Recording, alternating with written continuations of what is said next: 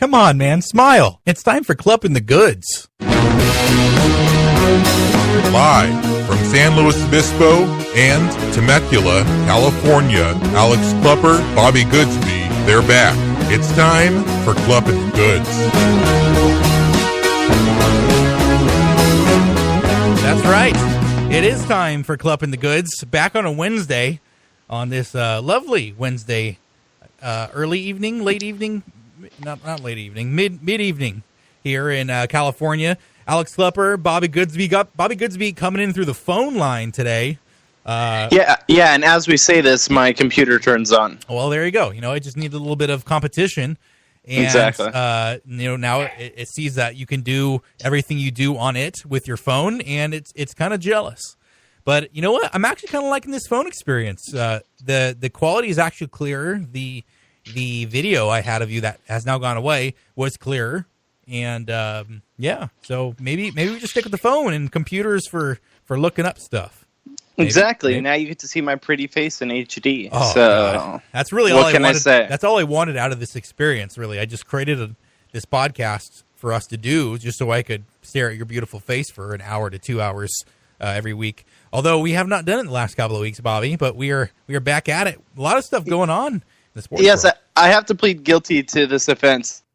Yes. This was not a Alex the Upper Klupper situation. This was a Bobby the Goodsby fault, and it was my own doing. I had to work both the last 2 weeks, and we promised you, the fans, that we wouldn't do this to you anymore. Yeah. We would be consistent with the Wednesday situation, but I had things come up at work, and I had to be there, so Alex was so gracious to put it on hold for 2 weeks, and now we're here to service the people. And yes, we're servicing them very well.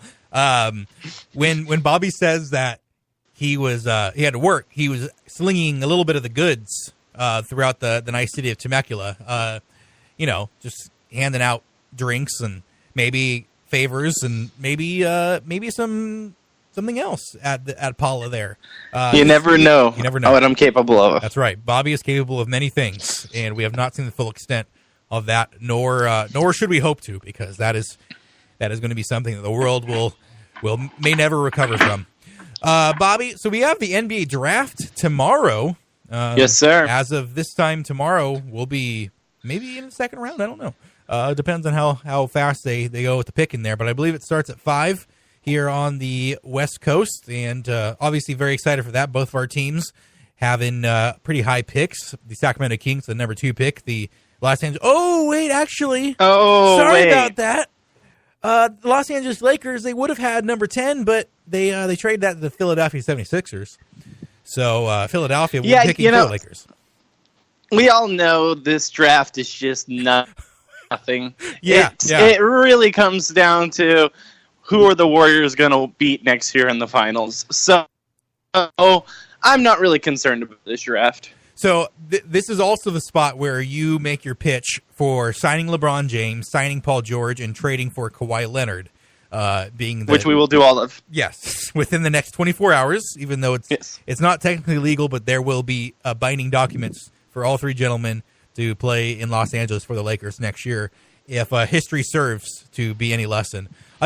For the Lakers, I don't know, and I know Lonzo Ball was the big story last year, getting the number 2 pick and drafting him and him being the next coming of Magic Johnson and all that.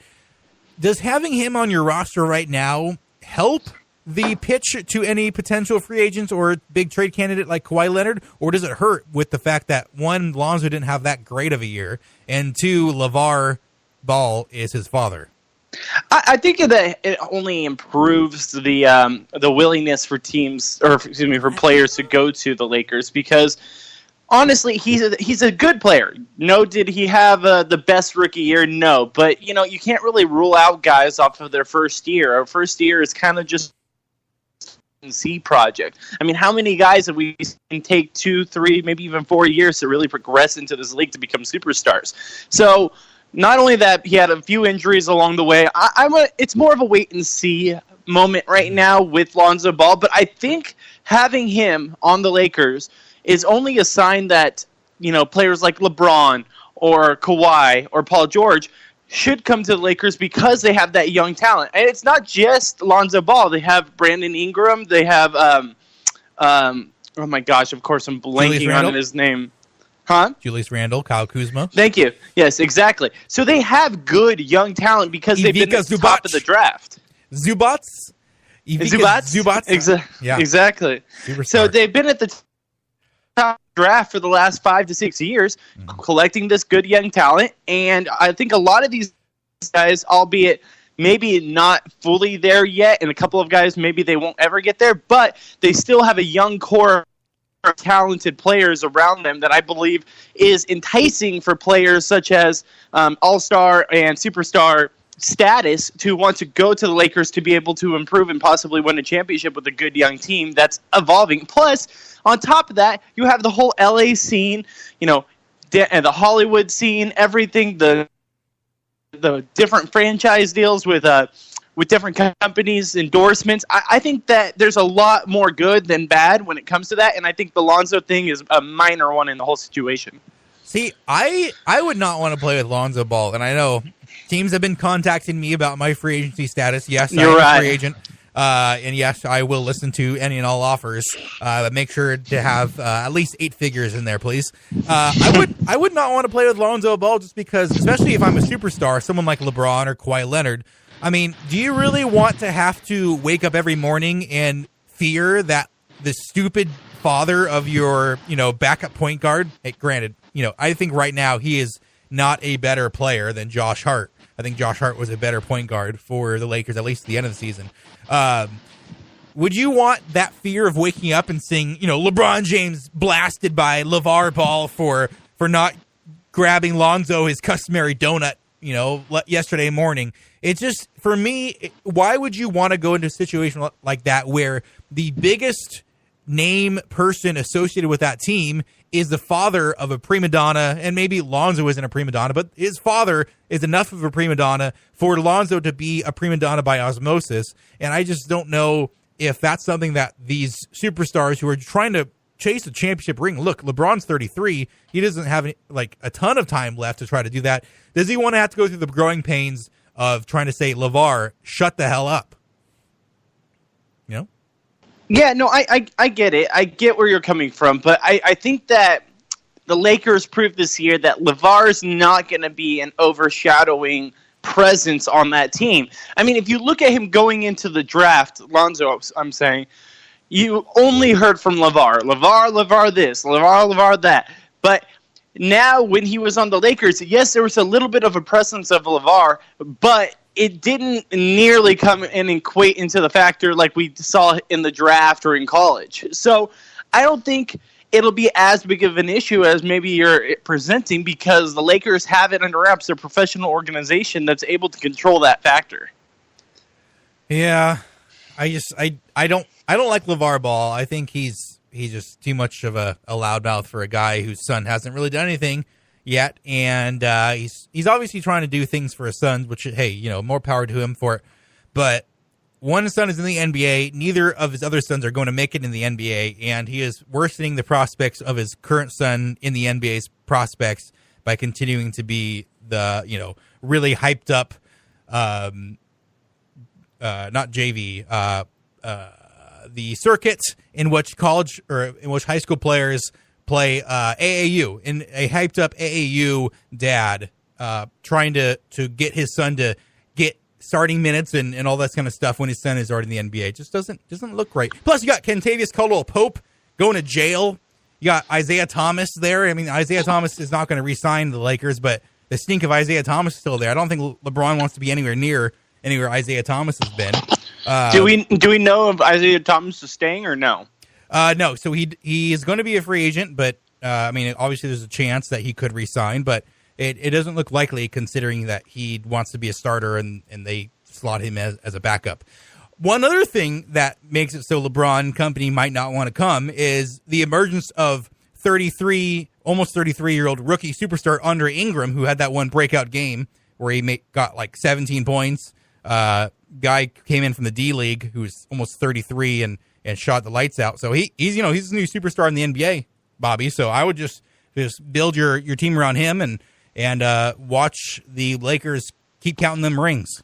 You're right. Watch out, LeBron. This guy's going to take your job. Right. Exactly. No. So, and also, do we really know that LeVar Ball's other two kids will never play in the NBA? Like, yes. What's your feeling on that? I'm putting my money down right now that neither of them will play in an NBA game. I don't think either of them are very good, and I think even if they were a Lonzo Ball style talent, they're just being associated with the whole Ball thing would make their status a little bit lower. It would be kind of like a Colin Kaepernick or Eric Reed type of situation in the NFL. Maybe if they had enough talent, they would be signed. But if you're going to be a marginal NBA talent, we don't want to have to deal with the headache of having to, associate ourselves with another kid who is a Ball son.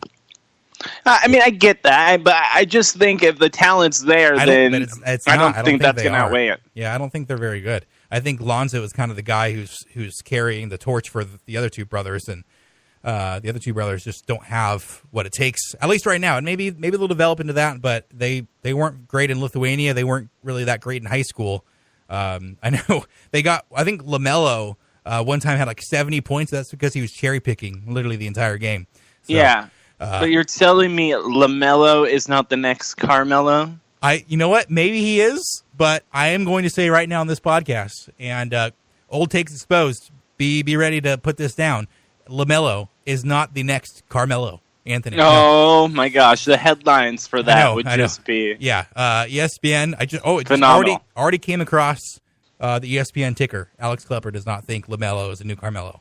All right, well, there you go. It's huge. It's huge. Huge news. Yeah, but no, I get what you're saying with the whole thing. I think at the end of the day, though, I really do believe that they're at least getting two of the three guys. And I think they're getting Kawhi because Kawhi's already stated that he wants to go there. They're getting Paul George because, Paul George being a Fresno State, #Fresno. Fresno is like just as close to Sacramento as it is to Los Angeles, Bobby. Yeah, but why would anyone want to go to Sacramento? Oh, come on. So let's just point out the obvious. Boogie Cousins wants to come back. Yes, he does. Good for him. I love you, Boogie. But no, I think that honestly, I think they'll get Paul George. I think that they'll get Kawhi. The big question mark is LeBron. But there's already speculation that LeBron's son is registered to play in L.A. for high school or middle school or whatever it was. Yeah, I think he's an 8th grader. We'll see. Yeah. With Scottie Pippen's son. Yeah, that's true. Scottie Pippen, the new breaking news source. Look out, Waj. Scottie Pippen is now taking your job. Coming after your job. Yeah, exactly. That is there is a little bit of smoke there. So that is interesting. But, I mean, LeBron does have a house already in L.A. It's not too much of a stretch to say, well, you know what? He wants to be around a lot of other basketball talent. He wants to be coached by the best high school basketball coaches when he goes next year, I believe. Maybe just getting him ready, but hey, maybe he's planning on at least maybe being the West Coast. I mean, hey, maybe he goes to the Warriors. No, you never know. I can't even fathom to believe what would happen. What I would do if LeBron James, and they didn't trade anyone, they still had their current 4 and they added LeBron. Yeah, I would be the only thing I would be interested in seeing is if they could go 82-0. Which no, they could not because Steve Kerr would rest them in rotating stuff, and every team would literally be trying to kill them every single game. Yeah, but it would just that would be unfair, absolutely unfair. I think they at worst lose 5 games if that's the situation. Right. Another question I have for you, yes, and I'm pretty sure I just lost it in my head as we were speaking. These things happen. Just say whatever's in your head. Just keep going. What were you saying? Well, I was going to say we were going to go to the draft, but one quick trade, an actual trade that has happened. No Kawhi news as of yet. But Dwight Howard is traded to the Brooklyn Nets I guess earlier today. So he's on his 4th team in 4 years. Dwight Howard, a guy who used to be a superstar center, and now, I mean, he's still a good center. I think he averaged something like 14 and 14 this year for the Charlotte Hornets. But he really, it's the reports are that the Charlotte Hornets teammates just did not like him. And I can see why. He does not seem like, he just seemed like a super cheesy, like a 14-year-old kid who wants to say really dumb fart jokes to try to get everyone else to like him. It's like, dude, Dwight, like we're past that. We're not 12.